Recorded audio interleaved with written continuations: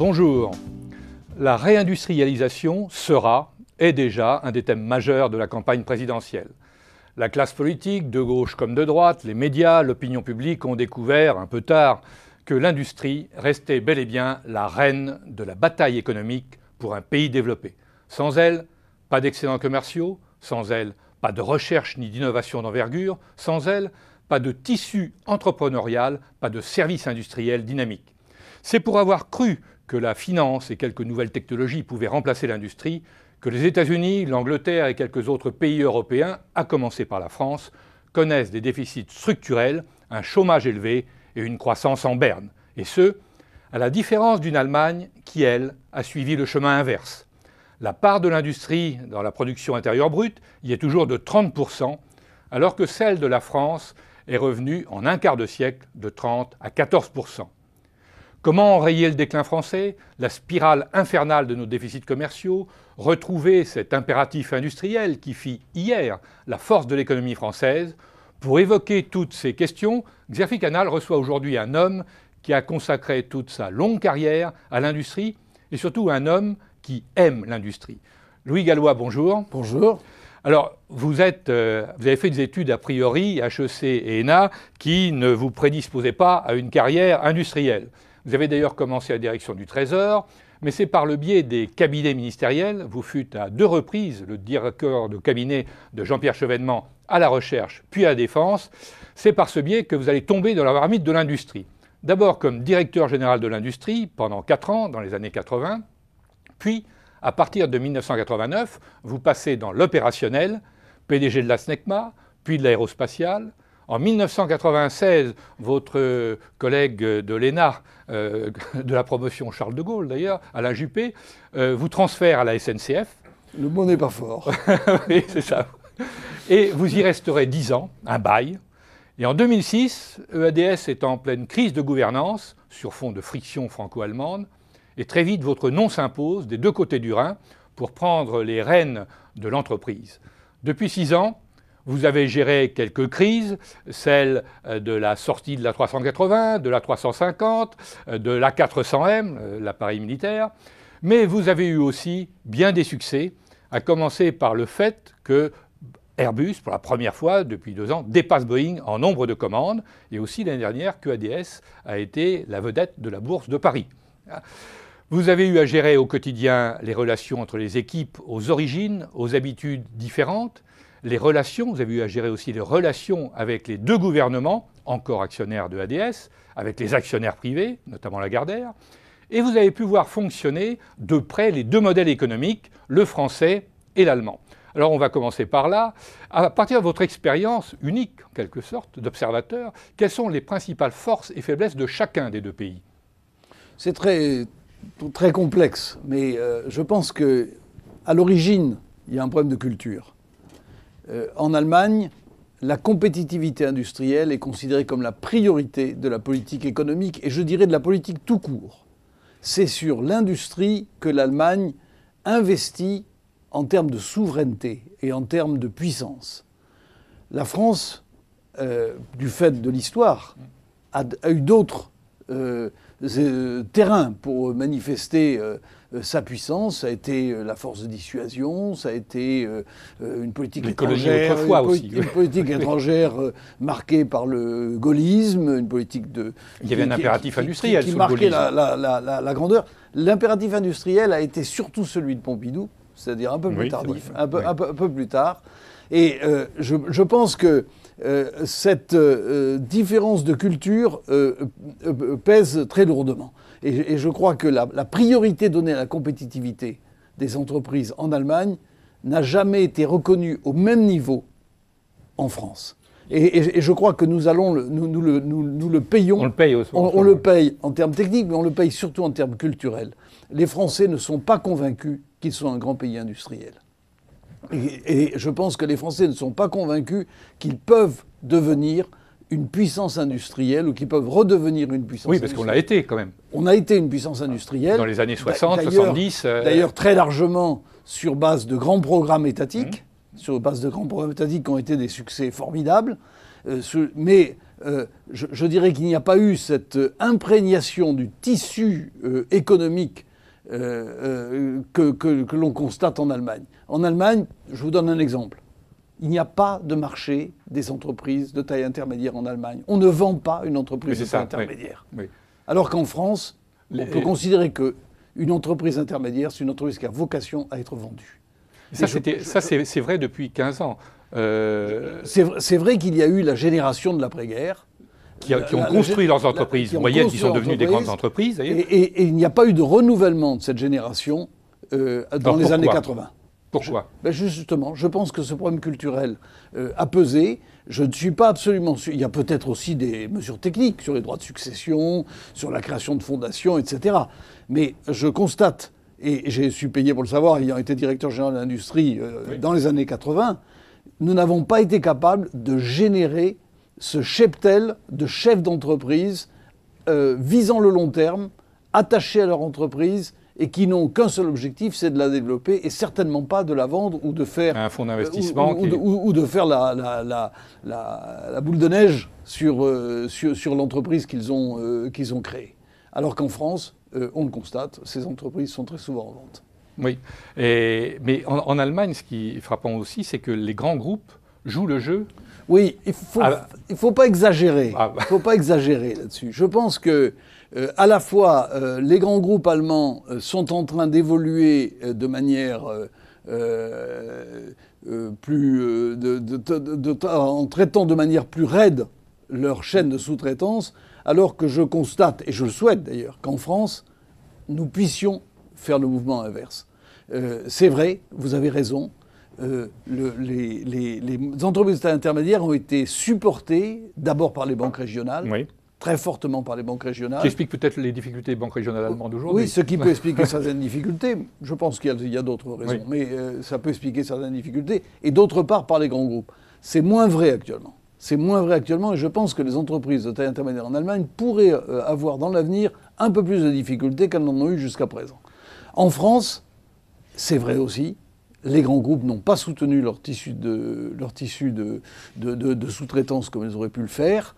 Et je constate aussi que les banques n'ont pas été en mesure de jouer le rôle que l'on attend d'elles dans le financement de l'investissement productif. Pourquoi ? Parce que les Français, l'épargne des Français n'est pas orientée vers l'investissement productif.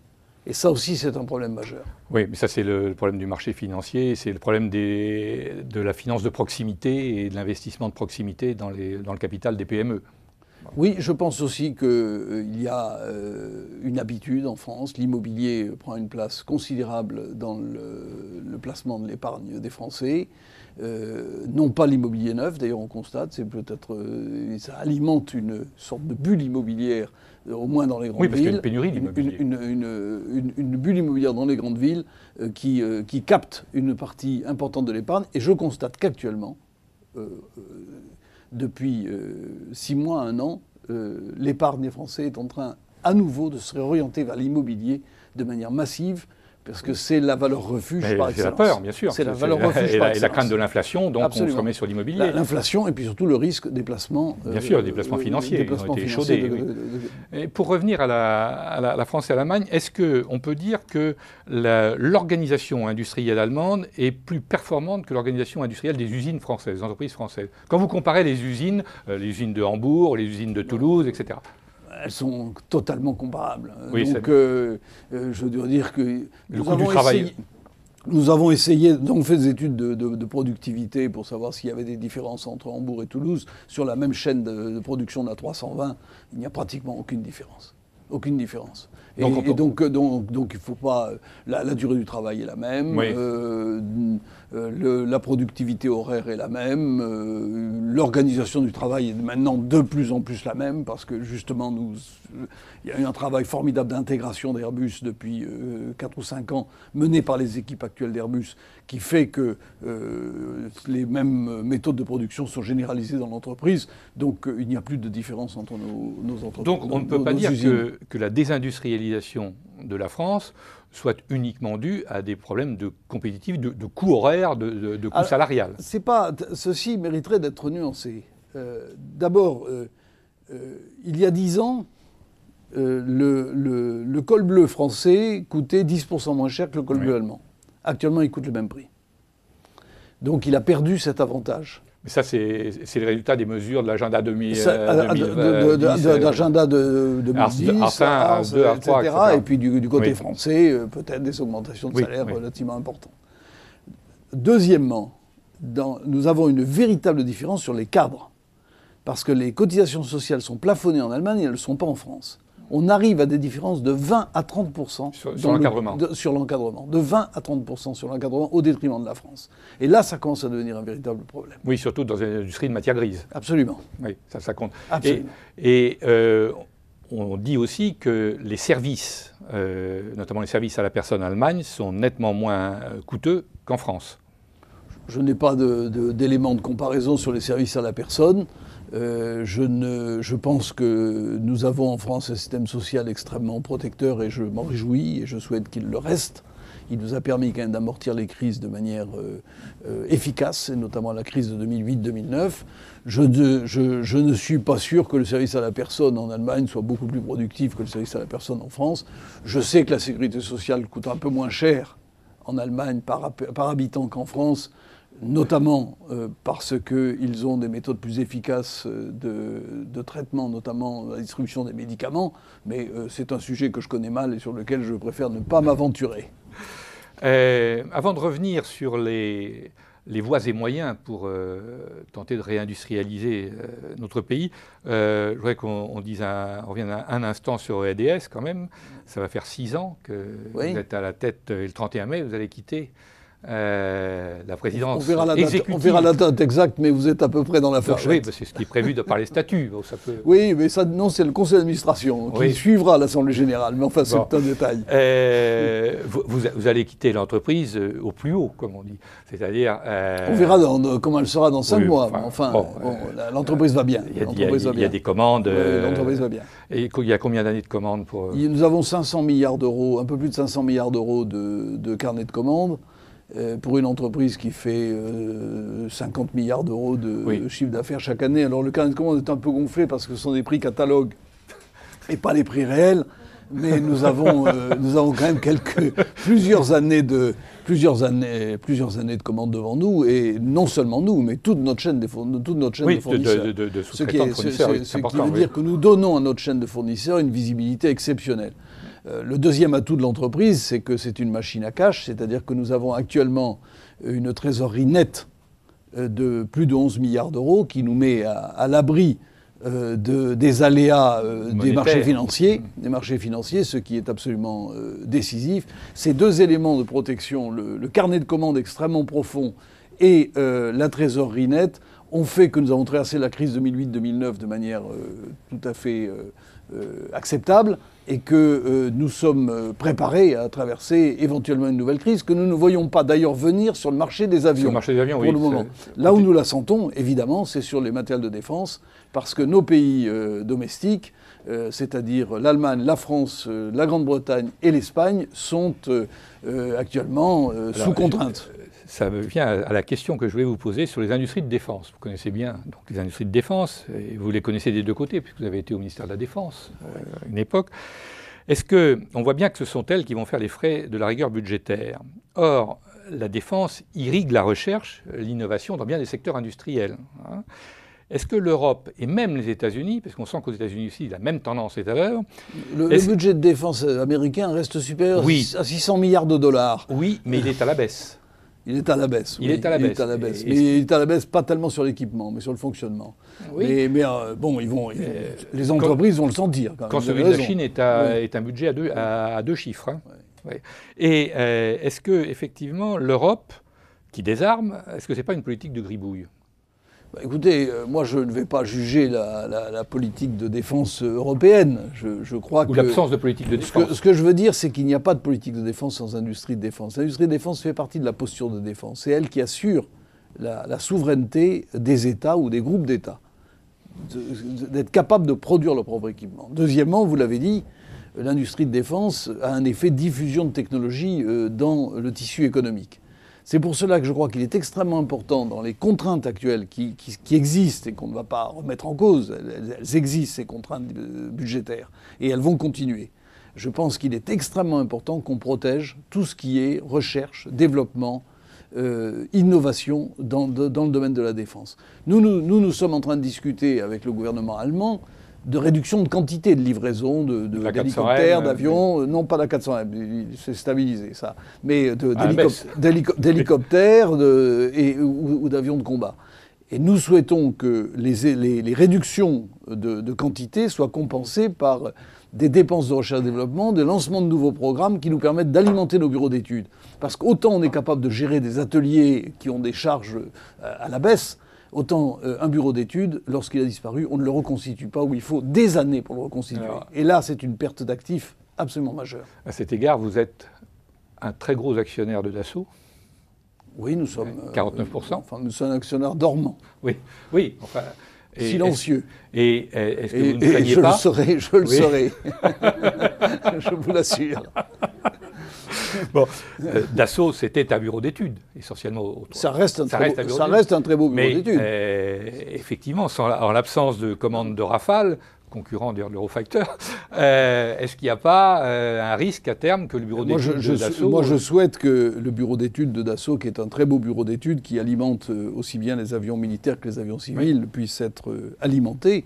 Et je n'ai absolument aucun état d'âme sur ce sujet. Je pense que c'est un atout, ce bureau d'études, et il doit être, si autant que possible, préservé, comme je le dirais, des bureaux d'études de Thales ou des bureaux d'études de ADS ou de Safran. Je crois que c'est la richesse de la France et de l'Europe d'avoir ces bureaux d'études. C'est plus important en termes d'emploi, peut-être que les ateliers, c'est important, et je ne veux pas du tout le négliger. Hein. Mais je pense que pour l'avenir, ce qui est le plus important, c'est de protéger les bureaux d'études. Alors, ça va permettre de faire une transition vers les mesures à prendre pour tenter de réindustrialiser ce pays. D'abord, est-ce que c'est possible? Est-ce qu'il n'est pas trop tard? Je pense qu'il n'est pas trop tard, parce que la France a des atouts. Elle a les atouts d'abord d'une culture technique qui est forte, avec des grandes écoles qui forment d'excellents ingénieurs. Mais on a une pénurie d'ingénieurs. Je vais y revenir, parce que c'est évidemment un point, mais il n'en reste pas moins qu'elle existe, cette capacité. Et encore actuellement, je dis encore actuellement, la carrière dans l'accès aux grandes écoles d'ingénieurs est considéré comme quelque chose de valorisant, et les meilleurs élèves s'orientent dans cette direction. Je sais que malheureusement... Ils continuent à s'orienter vers la finance. Qu'après, ils peuvent s'orienter à la sortie de ces écoles vers autre chose que l'industrie. Ils risquent d'être déçus, mais enfin, ils le font. Donc, je pense que nous avons des atouts, nous avons des services publics de qualité, nous avons des infrastructures, nous avons un environnement qui est unique en Europe, parce que nous sommes un pays relativement peu peuplé, qui offre un très grand agrément de vie. Nous avons l'énergie nucléaire, qui assure une électricité bon marché, ou tout au moins pas trop chère. Moins chère que celle des autres. Et moins chère que celle des autres. Les Allemands notamment. Et je considère que c'est un atout absolument décisif. Et donc, j'exprime mon point de vue très clairement sur ce sujet. Bien sûr, il faut prendre les mesures de sûreté sur le nucléaire, ça, tout le monde est d'accord, mais bien sûr, on ne peut pas se passer de cet actif accumulé depuis maintenant 50 ans. Donc ces éléments constituent, à mon avis, une base pour une reconquête industrielle. J'y ajoute à cela le fait que, d'abord, il y a une prise de conscience. Tout le monde maintenant parle de ce sujet, vous l'avez dit, ça sera un des sujets de la campagne présidentielle, ça me paraît tout à fait positif. Et en plus, en France, on n'a pas peur de parler de politique industrielle, et je pense que ça aussi, c'est un atout. Ceci étant dit, beaucoup de choses restent à faire. Peut-être que c'est là-dessus que vous souhaitez que nous débattions. Oui, parce que on parle, tout le monde parle de réindustrialisation, mais concrètement, comment on fait? Moi, je pense qu'il y a trois grands à regarder. Le premier grand bloc, c'est celui qui concerne le triptyque recherche, éducation, formation. C'est la base. Nous ne mettons pas assez d'argent en France, ni sur la recherche, ni sur l'éducation orientée vers les métiers de l'industrie. Et donc là, je pense qu'il faut que nous soyons capables, dans la contrainte budgétaire actuelle, de regarder comment nous pouvons réaffecter de l'argent. Ça veut dire l'effort de recherche de la France était à 2,2 du PNB, à 2%, 2,2% du PNB, il est passé à 2%. Oui. L'Allemagne est passée de 2 à 2,6. Si on veut rattraper notre retard, il faudrait passer à 3. Sur un PNB plus important, oui. important.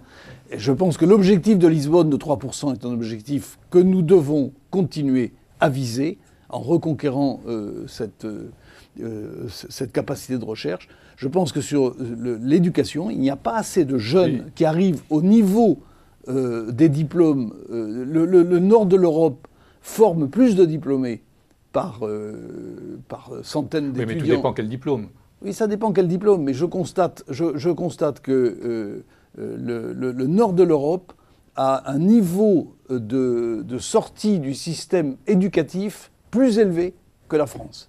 Et je pense que ça, c'est un atout. Et c'est pas un hasard si c'est le nord de l'Europe qui tire son épingle du jeu en matière industrielle. Et troisièmement, il y a la formation, l'apprentissage, l'enseignement technique. Ça fait 40 ans qu'on parle de l'enseignement technique en France. Et qu'on ne fait pratiquement rien. Et on dépense de l'argent. Oui. Mais je ne suis pas sûr que ceci soit totalement efficace. Il faut regarder comment on peut améliorer cela. Qu'est-ce qu'on fait de l'enseignement professionnel ? Est-ce que c'est une voie de garage ? Ou est-ce que c'est une voie qui oriente vers les métiers d'industrie ? Comment on revalorise les métiers de l'industrie ? C'est considéré comme une voie de garage jusqu'à maintenant.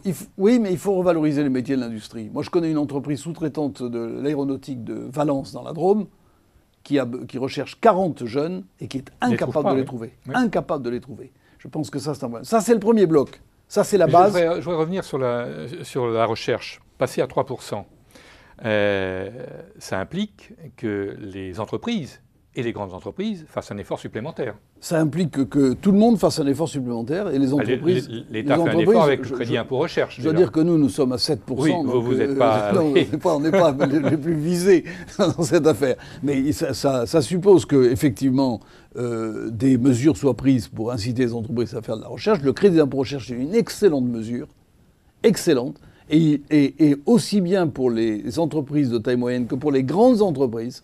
Parce que je vois tout un courant disant... Oui, sur les niches fiscales, disant c'est une niche fiscale de plus, donc on va le supprimer. Il faut que le crédit d'impôt recherche soit orienté vers les PME, etc.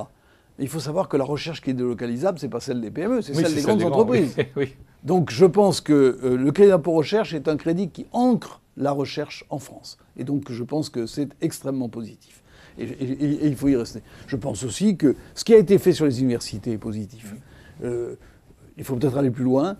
Mais je constate que l'autonomie des universités commence à orienter les universités plus vers les entreprises dans un dialogue qui est un dialogue égalitaire. Encore une fois, je connais toute l'argumentation, la recherche a servi à l'industrie, etc. Il ne s'agit pas de ça. Nous avons besoin, nous, EADS, avons besoin de recherche fondamentale en mathématiques. Donc nous n'avons aucune raison de tirer la recherche vers le bas. Au contraire, nous voulons la tirer vers le haut. Il n'y a pas de problème dans cette affaire-là. Il faut que la recherche publique et la recherche privée parlent plus entre elles, et je constate que ça s'améliore. Oui, ça fait quand même 10 ans. Ah oui, non, mais je pense qu'il ne faut pas être complètement pessimiste. Il y a des choses qui bougent. Et sur ce plan de dialogue de recherche publique et recherche privée, les choses commencent à bouger. Je le vois par le nombre d'accords que nous avons avec les universités, la manière dont nous travaillons avec les bureaux, les laboratoires des universités. Les choses progressent. C'est vrai que dans la région de Toulouse, indiscutablement... Il n'y a pas que Toulouse. Oui. Pays de Loire, exemplaire. Oui. Nous avons 2 usines, une à Saint-Nazaire, l'autre à Nantes. Le dialogue que nous avons dans ces pays sur la filière composite est remarquable.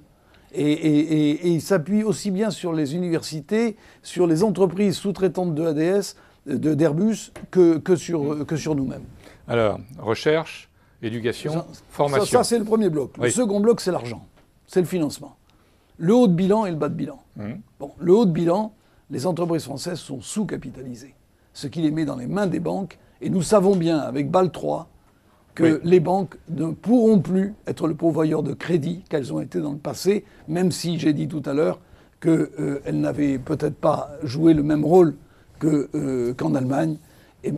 Mais je constate actuellement qu'elles auraient plutôt tendance à se retirer, à se replier. Et Bâle III va les y inciter. Donc il faut renforcer les fonds propres des entreprises. Alors comment ? En orientant l'épargne vers l'investissement productif. Oui, l'assurance vie, 1 milliard de... 1350 milliards d'euros. 1350 milliards d'euros, pratiquement rien. L'assurance vie s'est investie dans les dettes souveraines. Elle a investi assez largement dans les dettes souveraines et elle est pratiquement pas investie dans l'industrie et surtout dans les entreprises de taille intermédiaire. Comment orienter cette épargne importante en France vers l'investissement productif? Oui, mais alors, au même moment, on accroît la fiscalité sur les revenus du capital. Mais je pense, moi, alors je vais y revenir parce que là, vous êtes en train de passer au bas de bilan.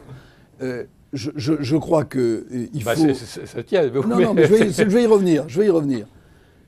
Je crois également qu'il faut diminuer le coût du travail par l'allègement des charges sociales.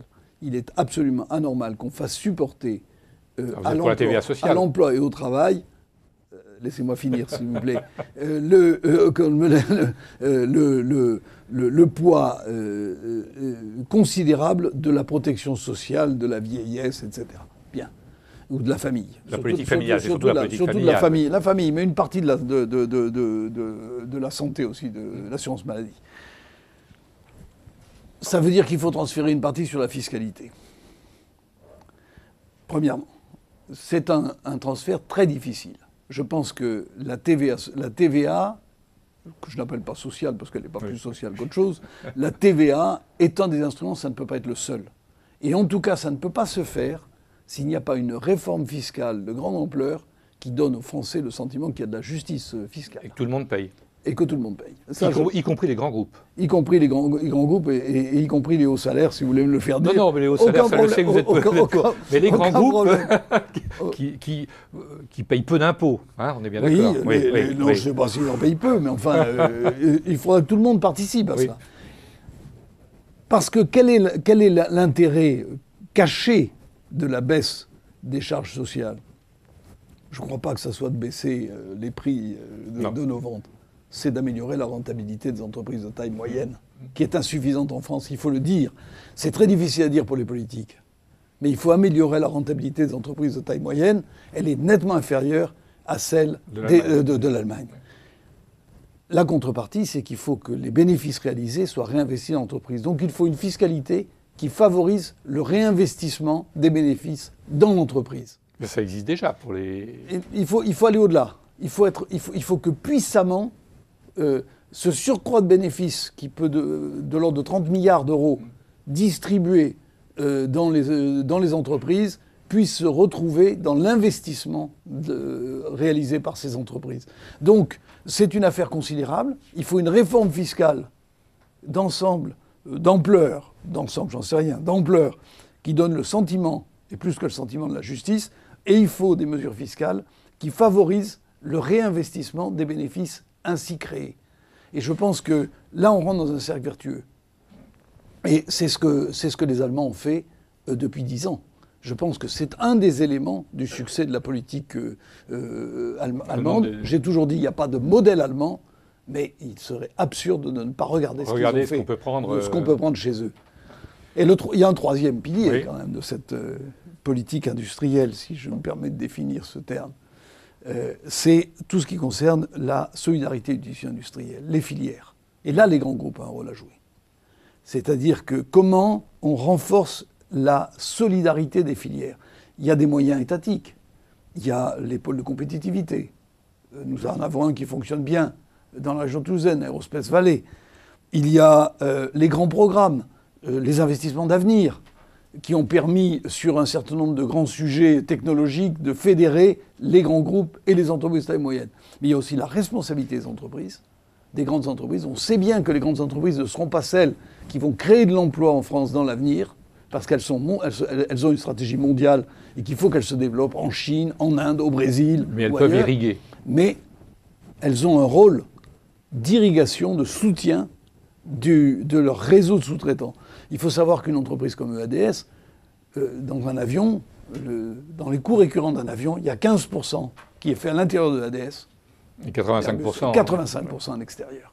Et c'est sur ces 85% que l'on peut jouer pour renforcer le tissu économique. C'est l'intérêt de l'industriel et je pense que c'est l'intérêt du pays aussi.